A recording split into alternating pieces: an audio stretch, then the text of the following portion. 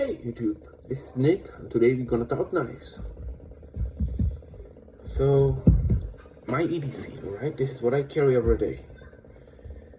For most days, I will carry my old trusty SOCOM LE from Microtech. This is one of the oldest knives they ever produce, and this is one of the few manual knives they actually make because they're mostly focusing on autos. But I love the design. I love the American Tanto because I love Tanto blade because it gives you two edges. One to work on details with, cutting back, opening boxes out. This is the edge you're gonna be using all day long for everything. This is the edge you're gonna be using for certain things when it comes neat. Hopefully never, but if it does, you're gonna be using the whole, or you're cutting something, bake and something that needs to go like deep cut. But for most little detail work, I use your Tanto point. That's why I love Tantos. I also love that it got a glass breaker, which you may never need, but it's better to have it than not, right? I like the aluminum handle. That way, if I drop it, it won't break, it won't chip, nothing like that. It's one hand closed and one hand open. I love to carry it. It's tip down only, which don't bother me actually because I just don't care. I just stick it in my pocket and don't ask questions, typical man. And my second carry, a lot of carry, is gonna be the Microtech Stitch. This is the flooded aluminum handle.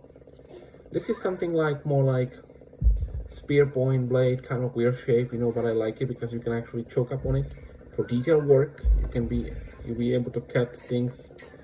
This is very sharp. Just notice, very very sharp. You can shave with this one for sure. I like the Ramlock, whatever they call this one. I love the clip. I don't like deep carry clips, like that I have on my little Micro Jimbo from Spyderco Salt version. I don't like the deep carry clips much. But this one you can use by one hand. You can cut your package, you can close it, put it down. It's gonna be my second carry. If my SOCOM needs to be sent out for service or something like that, I would have carried my Stitch. Sometimes I just go between. This is my weekend carry. This is my work carry. So basically, when I go to the church or something like that, I will carry this one. Sometimes, when I know I cannot carry those big blades, I'm going between my Spyderco Micro Jimbo right here. This is the Salt version in Magna Cut. I just recently got it, actually about a month ago. It got the compression lock, so you can fidget it. You can actually flick it too.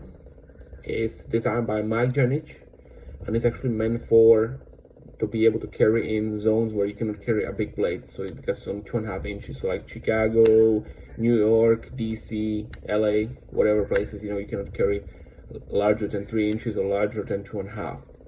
This is 2.5, so you can carry this one in a federal building. If you work in a federal building, you can carry this one in a federal building because it's actually under 2 inches. You can look up the federal code, whatever. So this is not considered weapon anywhere that I know of in the United States at least. So this is my carry. Got a deep carry clip as well. So this is something I will carry when I cannot carry nothing else, and I want something discreet, especially when I travel. It's one of my EDCs as well. And of course, I got my Bone Tactical. This is a standard Japanese Tanto. So you see the American and Japanese Tanto.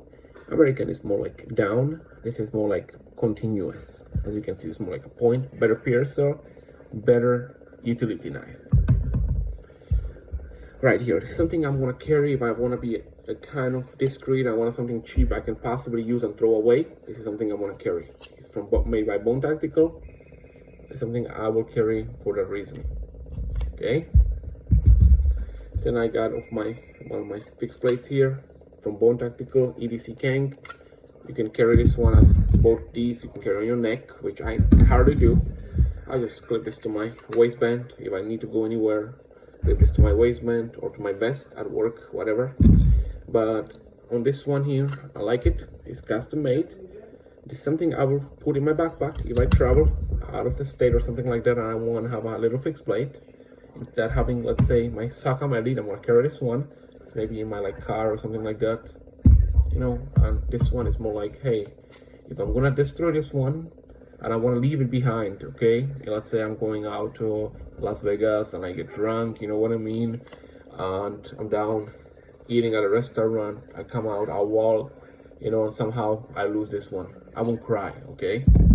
Instead, I would have probably cried for this one, but I would have more cried for my SOCOM or my Stitch if I would have lost one. Never lost a knife, by the way, in my life. But you never say never, right?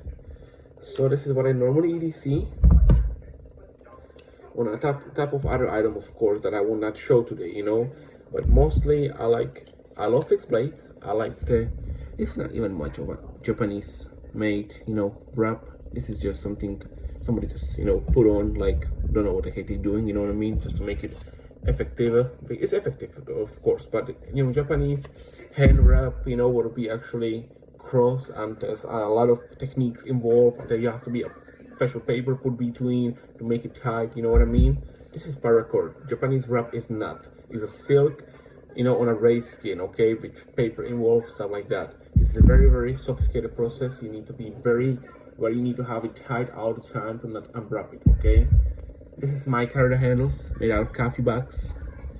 From what I was told by the maker, Bone Tactical, Greg Tambone. So I like this blade. As I said in my previous video, I wish it was a little longer on the handle so I can actually use this more often. You know, I would have actually carried it more often if I could have used it better. Thanks for watching. This is my everyday care when it comes to knives. I may get some more pieces later in the future. Like, I still have an LVDT that is my save and I don't use anymore because it's an auto. I don't like autos. I don't carry them. I own some, but automatic knives, I don't think it's very fun. I prefer a manual because if there's a situation and I need to use this, okay, very fast, right? I can use the same fast as I would have used an auto. As you can see, you probably see my movements. I can use this very fast. I can get to my grip, you know. I don't need an auto because, as Mike Janisch once said, it's better to carry a knife that you can carry in your jurisdiction than have a felon in your pocket, and then when you have to put it in an emergency situation, you're facing a felony, a misdemeanor, or jail time, whatever, right? So I better go to Chicago and knowing this is legal, then go to Chicago having a nice blade, but also going to jail, okay? Not worth it, you know what I mean? So I carry what I can carry at the moment, and that's why I have different options. I also have one here by Bone Tactical. Has a sheet, but this one just my mail letter opener. This is the MPE Ghost, which I carry sometimes when there's a non-permissive environment. Let's say if I go to beach, because this is made out of ceramic, it don't rust and it will not be set by a metal detector.